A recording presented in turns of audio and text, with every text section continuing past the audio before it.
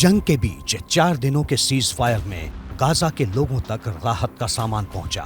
कई लोग अपने घरों की तरफ भी लौटे, लेकिन यहां दहशत अब भी कायम है, क्योंकि गाजा में इजरायली फौज का ऑपरेशन अभी पूरा नहीं हुआ है।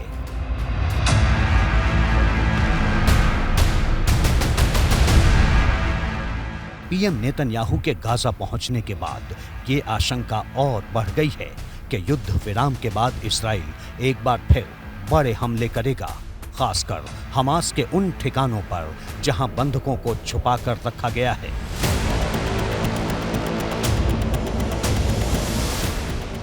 खबर है कि इजरायली फौज अब गाजा के दक्षिणी इलाके की तरफ आगे बढ़ेगी, क्योंकि वॉर जोन से इजराइल को यह रिपोर्ट मिली है कि याह्या सिनवार और मोहम्मद देईफ जैसे हमास के सीनियर लीडर गाजा के दक्षिण में ही छिपे हैं।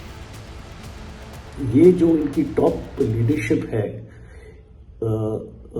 हनीये और जो मोहम्मद दाइव है, इन दोनों को, ये दो प्रोमिनेंट लीडर्स हैं, ये मुझे लगता नहीं कि ज्यादा दिन तक बच पाएंगे और इजराइल इनको पूरी कोशिश अपनी लगाएगा, अपनी माइट लगाएगा, अपनी टेक्निकल सर्वेलेंस की जो उसके पास टेक्निक्स है, इक्विपमेंट है, उसको इस्तेमाल करेगा, कोशिश करेगा कि इनको खत्म करने के लिए।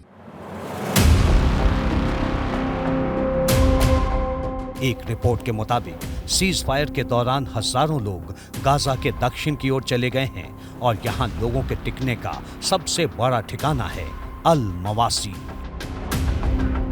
भूमध्य सागर के तट पर अल मवासी का इलाका करीब 2.5 किलोमीटर चौड़ा और 4 किलोमीटर लंबा है।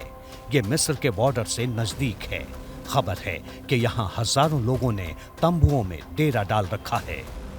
खबर है कि छोटे से इलाके अल मवासी में करीब 20 लाख लोग पहुंच सकते हैं। अल मवासी में ऐसे में ये इलाका गाजा के अंदर पिंजरे की तरह बन जाएगा। सवाल है कि क्या इजराइल गाजा की पूरी आबादी को अब अल मवासी में धकेलना चाहता है? सीज फायर खत्म होने के बाद अब अल मवासी की हालत पर दुनिया की नजर रहेगी, क्योंकि यहां इजरायली फौज का ऑपरेशन निर्णायक साबित हो सकता है।